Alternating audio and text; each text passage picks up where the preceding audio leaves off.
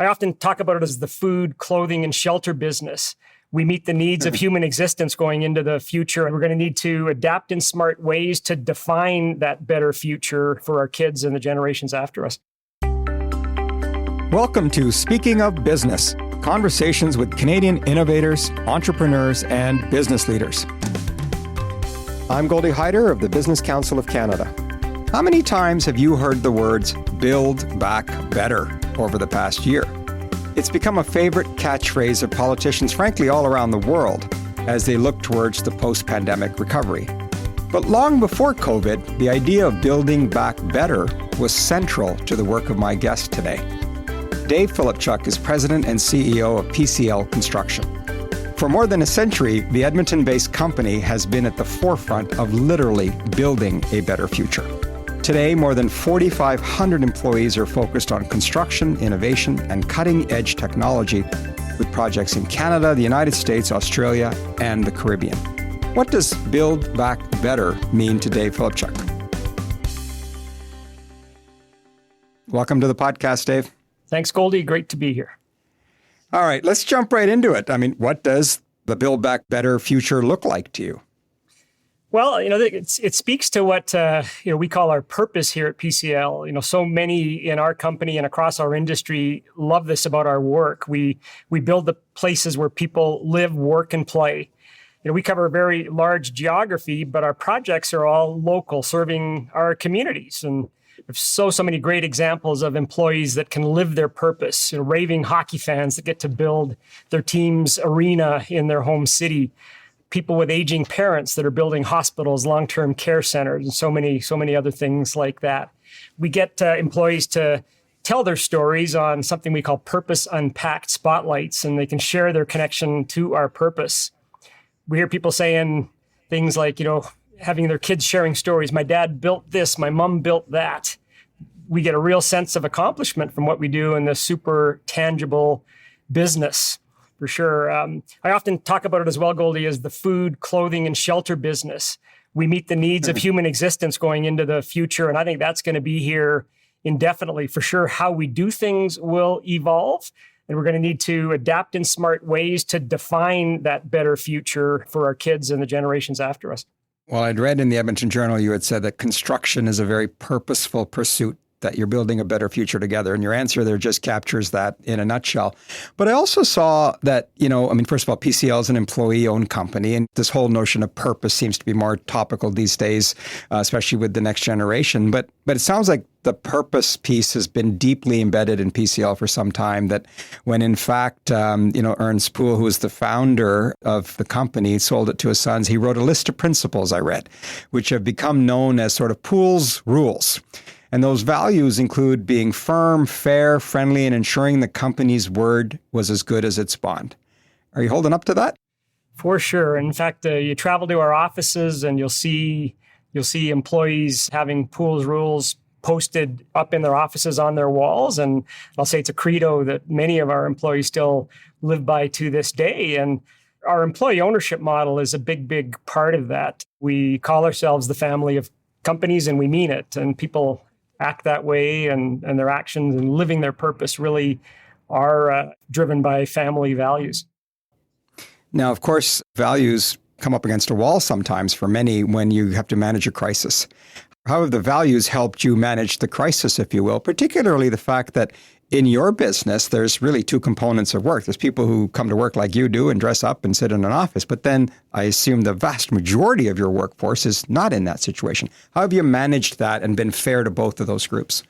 Sure. Well, we were fortunate as a business compared to many others with construction being an essential service through the pandemic. So, what that meant for us is that when we were required to work from home, those that could did. However, we had essential employees going to the job sites every day, and that makes up 60 to 70% of our workforce. And they were really, on the front lines, continuing to do what was needed. So we are very much a collaborative, work together organization. It was important for us to do what was required at critical times during the pandemic, but then also bring our people back into those collaborative environments as soon as it was safe to do so. We often talk about the rift between the office and the field. And, the only way you could make that worse would be to have people in the office not even have to go to the office anymore.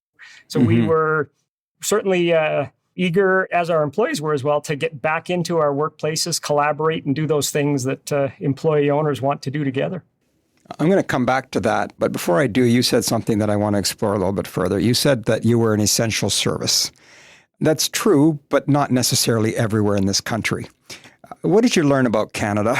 And what are some of the lessons we should take away to help our governments realize that it's complicated to have essential services defined as one thing in one province and another thing in another?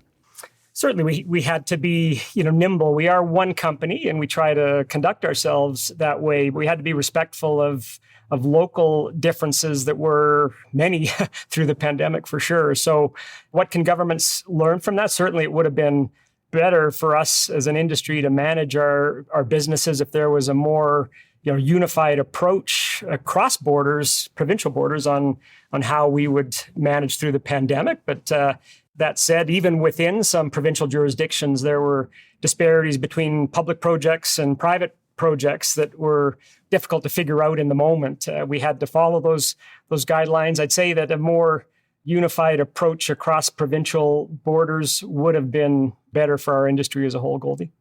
Well, I hope they're listening, Dave, because you had to run one PCL, but times I thought we had to run 13 Canadas. So one Canada is the message in our next crisis. I like it. Now, let me come back to, you talked about your own impact in terms of return to work, but you're in the construction business. So how has this changed, or has it changed, the way buildings are going to be designed and constructed? I mean, do you now find yourself thinking differently about space and how people interact? Or is it, short term, that's maybe the case, but you really think overall we're going to be right back to where we were?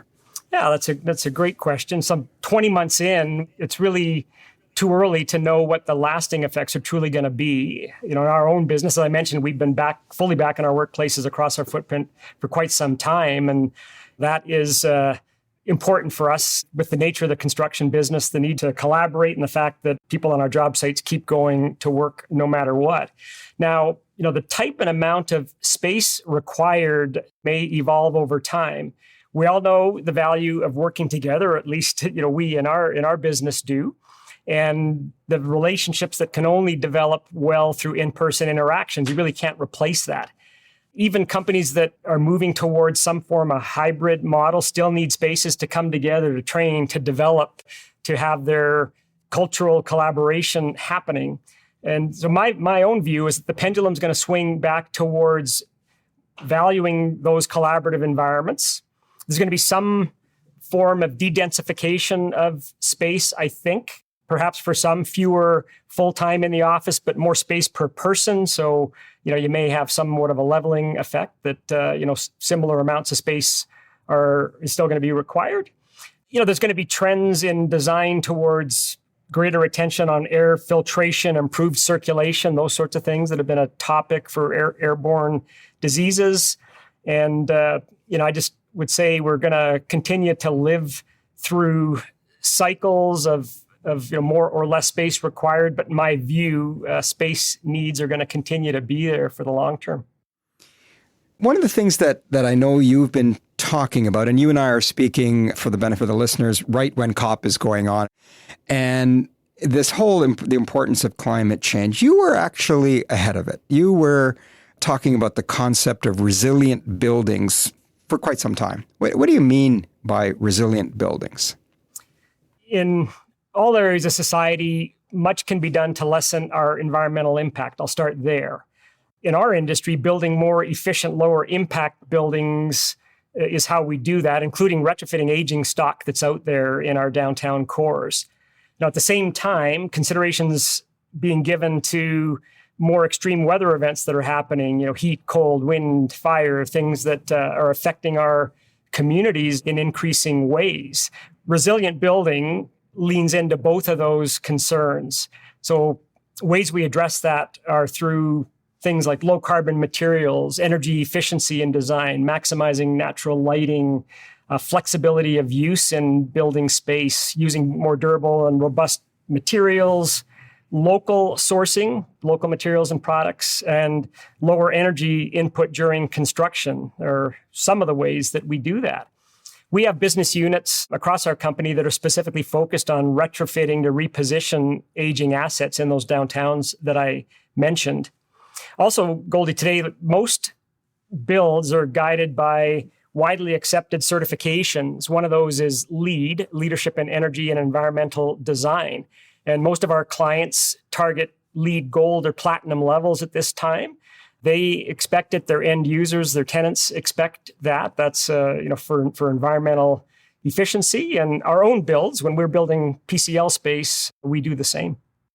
There's got to be a cost to all of this, though, right? How are you and your customers managing the transition? And what's the relationship like with government? Because you talked about the importance of regulatory stability and so forth. The cost has become less of an impact on these, Goldy, over time. There are smart ways to do it where certainly many decisions that are made during design development can drive cost one way or the other. And I think we're finding more and more ways where this is simply a baseline expectation of the tenants that are going to occupy the space, and clients aren't in a position right now where they're going one way or the other on, do we do this or don't we do it? There really is no choice. We're only going to build buildings that have that capability, and therefore we're going to do that in the most cost-efficient way possible. And that's part of our job, is providing options and coaching our clients for ways to accomplish those requirements to satisfy their tenants. One of the things that I was struck by in preparing for this is your own career story. And part of what we like to talk about on this podcast is leadership and your journey there. You've been with PCL for almost 4 decades.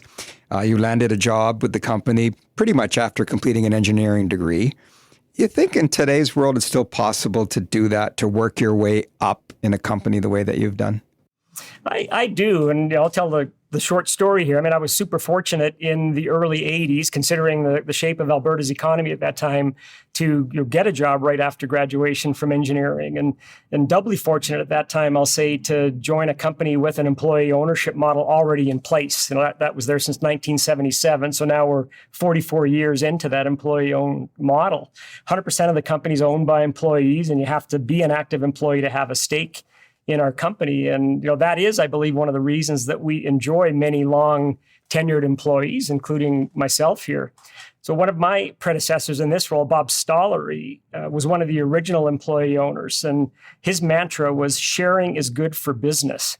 And that continues to be a real key driver of our culture, the tremendous sharing, the support, the helper culture, the high engagement that comes from being a group of owners. So I absolutely see it as possible to continue to build long careers, to grow our leadership talent from within. And in my own experience, there was such great variety in this job, kept it fresh and interesting. I went through different paths down into the U.S. on a couple of occasions, 10 years in the civil infrastructure side of the business. So honestly, it's felt like a number of different jobs over time.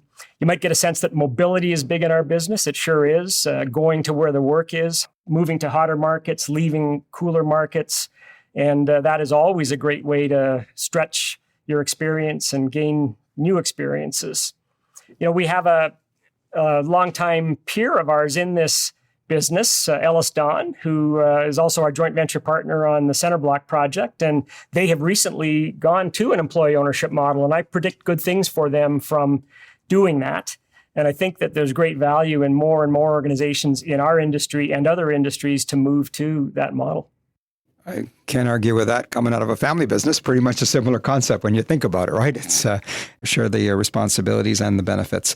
One of the things that CEOs are seized with, this, and right across this country, it doesn't matter what industry, is the issue of skills and labor shortage and mismatch of skills and labor shortage. I'm wondering what you think can be done about that, and what is the role sort of the private sector and employers to help colleges and universities graduate the workforce that we need for the future? Sure. It's an important topic for all industries, and ours for sure. We're constantly recruiting from universities, colleges, polytechnics, and are needing good talent. There's always room for improvement on that alignment between what industry needs and what post-secondaries are delivering. Not surprisingly, our industry targets a lot of STEM graduates, and so we're advocating for more STEM content. However, we hire from a wide range of faculties all the time. Our highest level of success in hiring for fit into our company is through our student program. So in Canada alone, we place over 600 students annually in our business. They learn about our business, we learn about them, and very often they're the ones that convert to permanent hires following completion. One of the ways that we try to improve the alignment between us and the post-secondaries, we have employees stay connected with their alma maters and go in and do guest lecturing, volunteer their services to help out in construction-related fields within those. I think that's a very positive thing. And there's always room for improvement, Goldy, but I think there's been some good progress over the past while on that front. Now, one of the things that employees are expecting, however, is, listen, you want me to stick around with you, and clearly you do. What are you doing to invest in my education long after I've graduated, long after I've left sort of college and university? And so what's the role of employers? And are you seeing evidence that employers are seeing the responsibilities of training, retraining, reskilling as something that they're also need to take the lead on? There is a big ongoing responsibility for that. And I'll say we put a lot of energy into this at PCL, and others do as well. This is both on the technical side and behavioral side of that skill continuum. For decades, we've had our PCL College of Construction for our own employee base. That's our internal mechanism for continuously delivering professional development for our people, everything they need to grow and advance in the organization. We also have our PCL Leadership Academy within the College of Construction, and that's helping everyone develop the leadership behaviors through personal growth and transformation. So, we've got something we call our E3 Leadership Certification Program, Goldy, and that E3 stands for Education, Exposure, and Experience. And all three of those are critical for leadership development in our company and in others. We model this after university-style courses, E3 100 level and 200 level available. Our 300 level is under development currently. And we also, I'm off here in a week's time to our week-long leadership course. Annually, we put 35 individuals in our organization, future leaders. They're honing their skills in the leadership realm.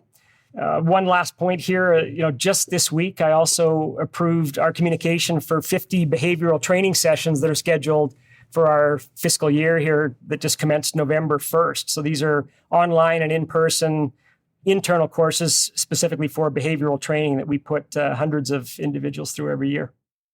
Pre-COVID, I would say that one of the things that was going on in the business community writ large was really the digitization and the impact of digitization and the digital transformation that we're all witnessing. And it's having an impact on the things we've just talked about, the skills and the kind of people that you're hiring. When you think about construction, you often think about what kind of digitization is happening there. I mean, after all, we're talking about building things. So surely to goodness it's happening. Tell the listeners, what is happening in the construction industry as it relates to the impact of digital? Yeah, for sure. Our industry is having lots of tech deployment in many, many ways, and I'll share some of that. Things like leak detection, putting sensors everywhere. We've got an Internet of Things evolution happening in our industry, and this is going way beyond measuring things like temperature and humidity, but air pressure, sound levels, concrete strength, vibration, all with Internet-connected sensors in our buildings as we build them. Great example that I heard recently on our projects is pressure sensors in our healthcare work. There's a requirement to have negative air pressure, they call it, for infection control. And we can now have those sensors and monitor that 24/7 and be sure of safe protocols during our healthcare work. So there's really tremendous risk mitigation opportunities that come about with all of the new technology that's out there. Leak detection systems that will automatically shut off valves if you have a leak developing somewhere. We're advocating for these sensors to be used during the construction period, but also left in there for the permanent operations of the buildings as well. And that is happening in many cases. But this also ties back into earlier discussions around the environmental performance of buildings and trying to continuously improve on that. For sure, using sensors can minimize waste and reduce carbon. We have that ability to monitor spaces so we're not overheating, overcooling. Things don't have to run 24/7. You can be turning them on and off automatically through technology. Lots of data being collected. That won't surprise you. We have a product called Job Site Insights, which was developed in-house and is now being marketed in a partnership with Latium Technologies for broader use across the industry. It's gone beyond being a PCL-only product, and it's being now marketed to third parties as well, Goldy. Aon Risk Solutions is a partner in that with us. It's being used in U.S. operations with other contractors, also off in Europe, and we're going to continue to try to share that more broadly in the industry. I'll share one last thing here. We don't have formal R&D labs, but we have hundreds of labs every day. It's where our R&D happens is off on the work face. And the trick for us is capturing all of those great ideas and effectively communicating those innovations right across our footprint. Now, look, we've covered off COVID. We've talked about skills. We've talked about the climate. One of the other issues that's very prevalent in society today is the issue of diversity and inclusivity. And this may be a perception, but would it be fair to say that the construction industry has some work to do on that issue? Yeah, I'd say we have under-leveraged the whole population. I think that's something, back to talent needs in the organization that we are focused on doing, much better on as a company and as an industry. One of the specifics, Goldy, we've company-wide, every employee over the past 18 months has gone through unconscious bias training in order to sort of address some of the low-hanging fruit out there. I mean, there's no need for us to not be open-minded about working effectively with the whole population. And I think it's a missed opportunity for us over time. So it's not a wrong historical perception of the industry, but I'd say good work is being done to advance that and to do better. And I think we're going to continue to do better. Yeah, I think a lot of these issues are just good business, aren't they? They are. You mentioned your footprint, if you will, is not just in Canada, but it extends into the United States and in Australia. I'm wondering, as a Canadian company that's trying to compete internationally, what's necessary to be successful on the global stage? Well, we certainly have our roots here in Canada, but have been international for some time. And the way that has typically started for us, Goldy, is a client taking us there. So we first entered the United States with Oxford, our client, in 1975. And then in the U.S. grew from there, adding locations, branching into other sectors, into the civil business, into the industrial business from that early start. And construction's a cyclical business for sure, and having geographic diversity and sectoral diversity is one of the defenses against those cycles and managing through the cycles of construction. So we're very, very grateful to have that.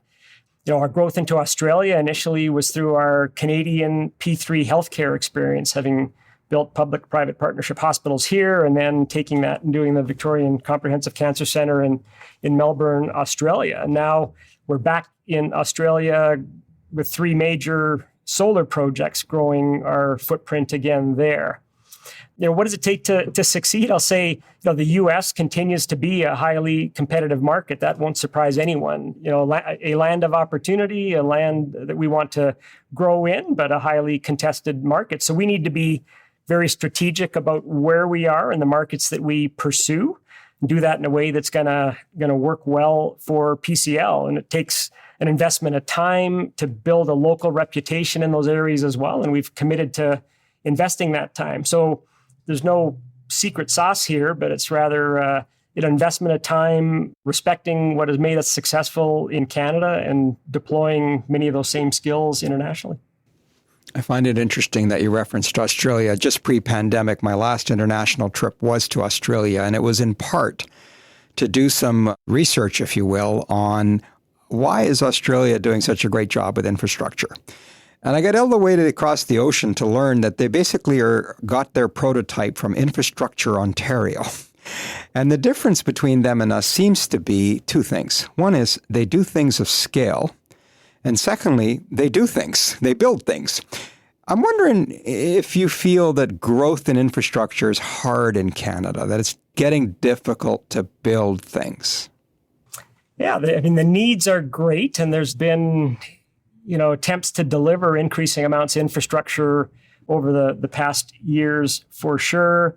What's happened, the trend has been towards larger and larger bundled infrastructure deals that are not accessible to a wide range of contractors due to their size, due to the risk profile of those projects, and in part due to the ongoing desire of the contracting agencies to build a better mousetrap, to continue to improve the risk transfer mechanisms that place it all back on those in the construction industry. And we've always advocated widely, Goldy, for a model that puts the risk in the hands of the party best able to manage the risk. We are in the risk management business. That's what we do every day. And we are happy to take on those risks that we can, quantify and manage and do so through our experience. But taking unknown subsurface risk for foundations, taking the risks of the unknown is not something that keeps you a contractor. It makes you a gambler, and those are things that we are wanting to avoid. And we advocate for risk models that continue to allocate risk in meaningful ways to the party that can best manage it. A lot of wisdom in that answer, and I think a lot of things that might be in the public interest if we let those who do what they do best do it and facilitate that and have a oversight. Look, let's wrap up and circle back to where we started and the notion of building a better future together. Rebuilding from the pandemic is going to take a lot of goodwill and some creative thinking. And in that spirit, the question that I've been asking our guests in this season to conclude is, what's one big idea that you think could help transform Canada? Thanks, Goldy. Really what I want to do is reinforce a big idea that's already underway. That's the Coalition for a Better Future that was launched by the Business Council of Canada. As you know, PCL has our purpose, building a better future together. That's driven by all of us as employee owners embracing an ownership mindset. What that does for us is takes down silos, enhances collaboration across borders, increases caring and sharing, as you'd expect. And as a country, we can embrace that ownership mindset as well. We just came through a federal election where there was little to no focus on economic growth. It just didn't come up. There's certainly lots of needs and wants that are out there, and the way to support that is through solid economic growth. So one very important thing that the coalition can do is communicate the importance of leveraging all of our existing strengths as we go through a necessary energy transition in this country. I want to see us keep investment flowing to enable that research and development that's going to deliver solutions locally that are going to have the greatest global impact. So that's the big idea that I want to support today, Goldy. Well, thank you so much for that, Dave. I think there's, again, a lot of wisdom in that. And for listeners, if you want to learn more about the Coalition for a Better Future, that's canadacoalition.ca, and I think you'll learn more about what Dave just talked about. But, just to bring it all home, we all talk about the hashtag Build Back Better. But the other one that was prominent throughout this pandemic, and I really think captures what Dave just said, is in this together. And if we are really all in this together, then that means we have to work together. So what a great place to wrap. Dave, thank you so much for making the time today and sharing your insights and your wisdom, and appreciate your leadership across this country. My pleasure. Thanks, Goldy. Dave Filipchuk is President and CEO of PCL Construction. In our next episode, we're going to stay in my home province of Alberta, driving south to Calgary and the headquarters of Shell Canada. I'll be speaking with new President Susanna Pierce about climate change and Canada's energy transition. Here's a preview. The amount of technology investment that is happening right now to decarbonize, the amount of investment that big players are making in carbon capture sequestration, for example, the opportunities that we see in renewable fuels, whether that's waste to energy, whether that's biofuels. What I am optimistic about is the energy sector is changing from one of being carbon intensive to one of being more clean energy. Please join me in 2 weeks to hear this important conversation with Susanna Pierce. Remember, if you would like to hear more of our Speaking of Business conversations with innovators, leaders, and entrepreneurs, why not subscribe to our podcast? Search for Speaking of Business wherever you get your podcasts, or simply go to our website at thebusinesscouncil.ca. That's thebusinesscouncil.ca. Until next time, I'm Goldy Hyder. Thanks for joining us.